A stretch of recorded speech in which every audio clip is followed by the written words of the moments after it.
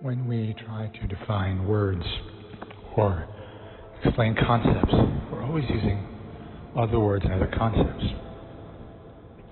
It's a completely closed system.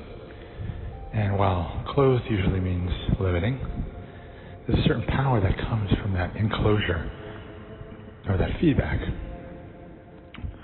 It's like things building upon each other. And yet when people talk about the tarot, they're often segmenting the cards, like this card's about the past, this card's about the future, this card's about love, this card's about career, this card's about spiritual, this card's about material. That's fine, but what we're entering now is a phase with these talks where we're going to be having the cards sort of like a house of cards building on each other. And I say house of cards because with a tiny flick of the wrist it all falls down, and that's fine. We're not trying to build a monument or a castle here.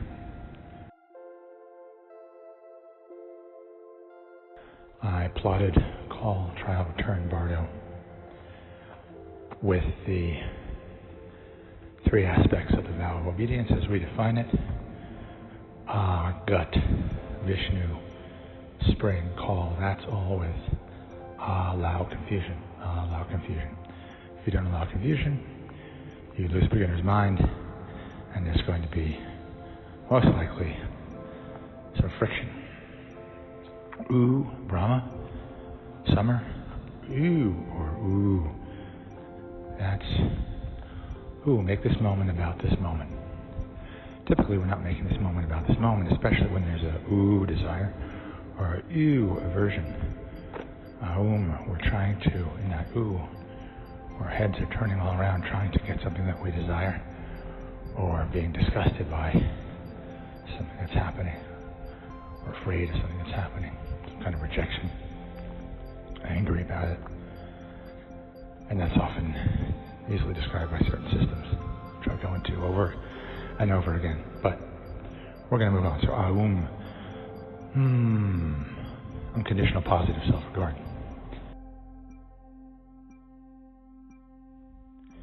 If we don't have unconditional positive self-regard, which is more likely if we had a parent and peers who were conditionally loving or actually negative toward us, then the mind goes into negative self-regard or conditional self-regard. And then the cycle continues through the Bardo, emerging out to the next call where you can't allow confusion because you don't have unconditional self-regard. So confusion is dangerous, and therefore you can't make this moment about this moment. And round we go. So in the last talk, to explore how this issue might relate in one particular instance, one particular person, not a generalized view. We got Wheel of Fortune for the call. And when life has ups and downs, the Wheel of Fortune turns and you're heading upward or downward. You can really find it hard to allow confusion. But if you do allow confusion in the ups and downs of life, and you're not arguing with life, you're saying, I don't know what's going on here. So often the mind reaches a decision or feels the need to reach a decision about the quality of something. Quality of you, quality of another person, quality of your life, quality of your career, quality of your romance, quality of your relationships. I'm not saying never to do this, but in this moment, how about you put aside that need to remove confusion about the quality of your life, your situation, your character. Just for this moment. You can come back to it in the next moment, in the next minute. So, as you've seen in my grades, if you allow confusion, if you don't know about who you are or how you are or what your life is or how it's going or any of those things, if you don't allow the mind to insist that you have to resolve the confusion about that, then you can be at peace. But if you're sure you know who you are and you like it, or how your life is and you like it, attachment, grasping, fear. And that's why I think we got 9 of Wands in the trial. The suspicious character, trying to hold on to what he's got. And then the sad character in the return, the harvest, the judgment, the grasping, the regretting. The agenda that's going to get passed into the Bardo with the hopes it comes out the next call to avoid the continuation of confusion. 7 of Pentacles, the figure is sad, looking at the right side of the tree of life. And that's particularly around purpose and the individual as standing contrary to the group. Often this is negative free child, desire to rebel or conquer. And it often comes when you've been disappointed by or restricted by Sphere 4 limits and Sphere 8, the community. But there's sadness with that, because then you're alone. You don't have a deeper purpose. You're just constantly trying to escape or conquer. There's no humility, there's no surrender. And that sadness of the figure can have us reflect on the sadness of our youth. And so then we look to our romantic partners or family or children or parents or teachers or profession, career, politics, ideologies, to try to move us into a static masculine structure that will be welcoming and positive, because our static feminine structure, the womb, the early years with the mother, it just didn't feel right. Either it was smothering or erratic, unpredictable, confusing, or both. So, I promised I was going to link this to other cards to build our house of cards. And so I asked about a lot of these ideas that I was going to share in this talk. And coupled with the idea of marrying yourself. Because in the ideal marriage, confusion's allowed, right? If it's not an ideal marriage, or job, or whatever it is, any relationship, even a relationship with yourself, and you're really afraid of confusion, you want things to be clear. Am I loved? Am I appreciated? Am I worthy? Am I valued? And that's the You marry yourself, it's confusion. Allow confusion. And then, often, when you marry someone else or a job or any relationship, you can't stay in the moment because you're thinking about what they or you did in the past, or what they or you will do in the future. But if you marry yourself, and you're only here right now with that beloved, which is you. And finally, judgment. If you marry yourself, unconditional positive self-regard. The card that came up was the Strength card. This card has 2 different positions depending on the system, but they're both dealing with the right side of the tree, either bringing balance to purpose or moving purpose into individual objectives. The Yin maiden is opening the Yang lion's mouth, and the lion's mouth is also possibly the Bardo, being swallowed up by the Bardo. And so you are the lion in that case, and the Bardo is the woman opening your mouth. Or you're being swallowed up by the Bardo. And if you do it in a Yin way, in a receptive, surrendered way, then it's peaceful. But if you try to force open the mouth of the lion with a Yang energy, not the Yin energy you see in the card, then there'll be a resistance trying to control, trying to pass an agenda across. Now again, you can say that it's simply my imagination that's crafting these connections. It doesn't matter if that's true. I mean, ideally it's not. Ideally this is actually cosmic downloads, but as long as your questions are about, in my opinion, about the vow of obedience, that is, at the call, confusion, at the trial, making this moment about this moment, at the return, unconditional positive self-regard, then the card's interpretation will be driving you toward how to find that objective, or what's blocking that objective. The other 2 vows, vow of poverty isn't about being poor, but it's about seeing how the need for money or some kind of material power moves us out of the confusion. Making this moment about this moment. Unconditional positive self-regard. Right? Because we're looking for money or some other material thing to solve those three problems. Therefore, breaking the vow of poverty is breaking the vow of obedience as we define it. The third vow, vow of chastity, that's the vow not to be swayed by desire or the desire to be desired. When we want to be excited by desire or when we want to be desired, it's due to our own issues. If you don't accept confusion at the call, and at the trial, this moment will not be about this moment. It will be about a past or future moment. It'll be about you, some kind of judgment about you, some kind of defense about you, in preparation of judgment. And if that happens, then at the return, there will be something other than unconditional positive self-regard. So then we enter the bardo without surrender. If, however, at the call, you accept confusion, then it's more likely that you can make this moment about this moment because you're not trying to figure something out. And it's more likely you'll be able to summon unconditional positive self-regard. The linchpin to all of this is accepting confusion, something that goes against our nature. And it makes sense because when we're confused, we can't optimize outcomes. We can't make ourselves safe. But if we already feel safe and we already feel like outcomes are going to be optimized, or it's fine if they're not optimized, then we're open to accepting confusion, making this moment about this moment, and finding unconditional positive self-regard.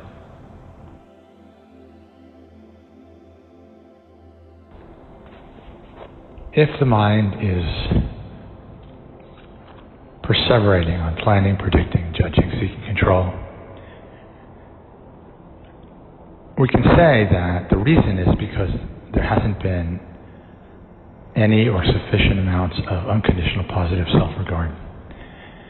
Earlier I spoke about how it's all about the call and allowing confusion, and we can definitely say that's true.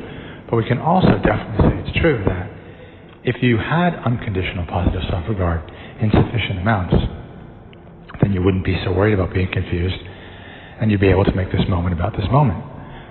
So from that perspective, we can say that it's really about the return.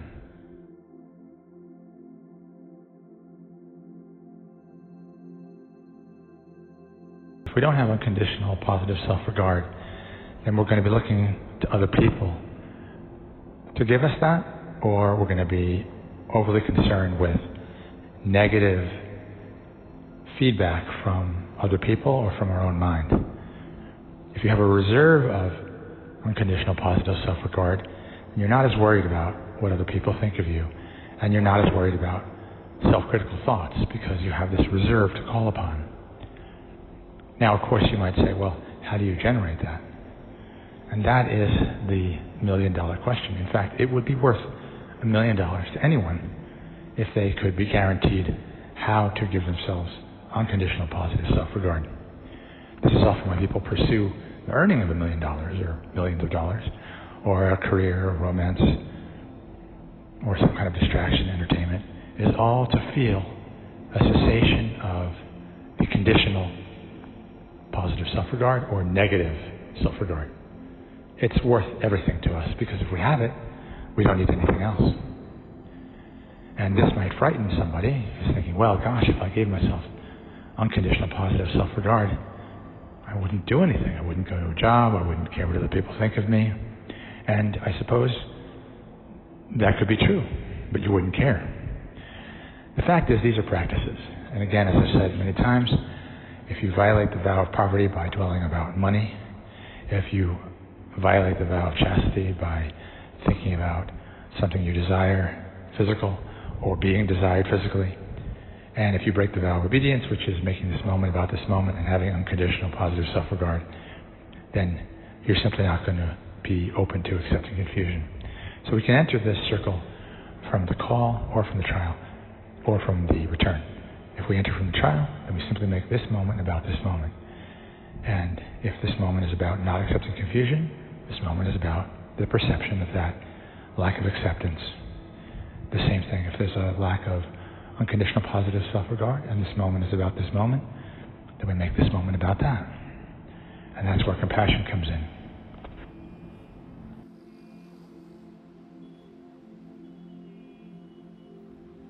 So to tie this all together to the idea of allowing confusion about your situation and your image, marrying yourself, and this card, the strength card. So marrying yourself, when it comes to this idea that you are the lion and the maiden marrying. The lion could be seen as the yang energy and the female figure as the yin energy, or you could see the lion as the ultimate yin, the Bardo, and your willingness to open and be swallowed by it. That is marrying yourself. If you marry another person, that's harder to do because there be things that they do that you don't like. They may not see you the way you want to be seen, or they only do what you like and see you the way you want to be seen for the first 7 years or 10 years, and then suddenly something's changed and that's no longer the case.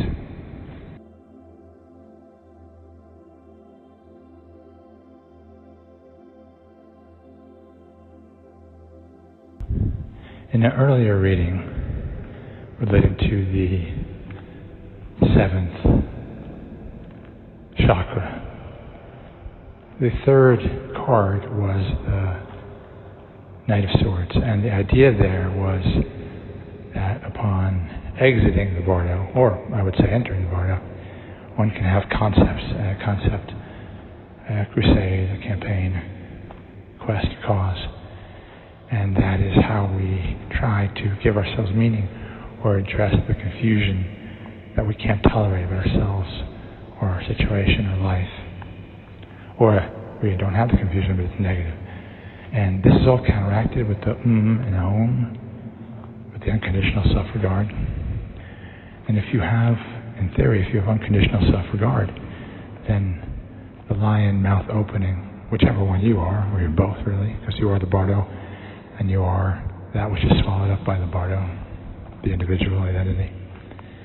That marriage of space-time with timelessness, the marriage of individual with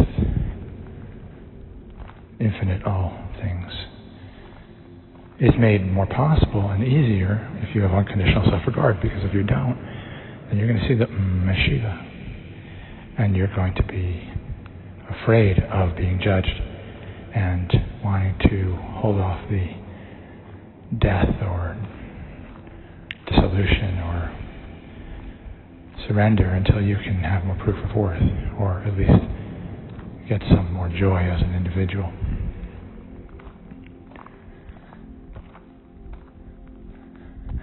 If you marry someone else, or in any kind of relationship, even a business relationship or student-teacher relationship, and that trial is not making this moment about the moment, then of course the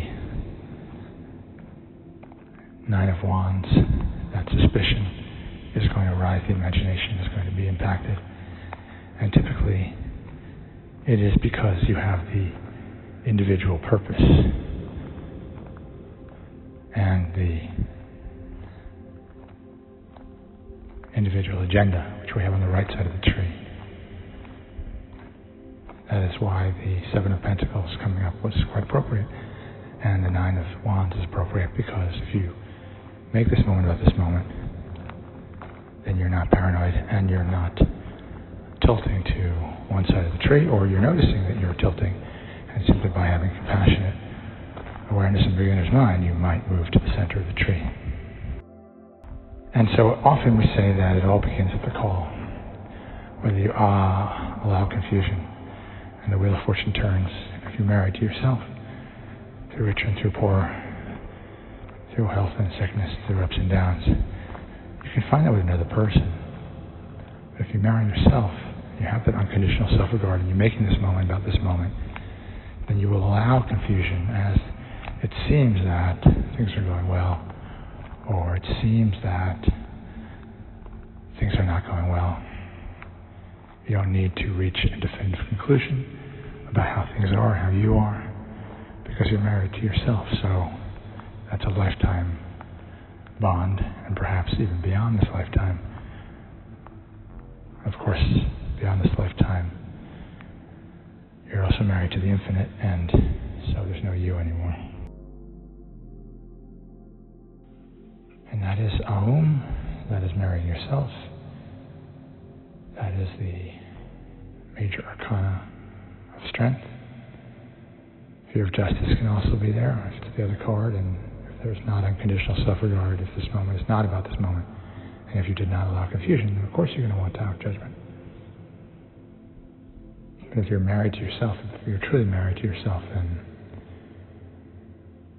any judgments are met with beginner's mind and compassion.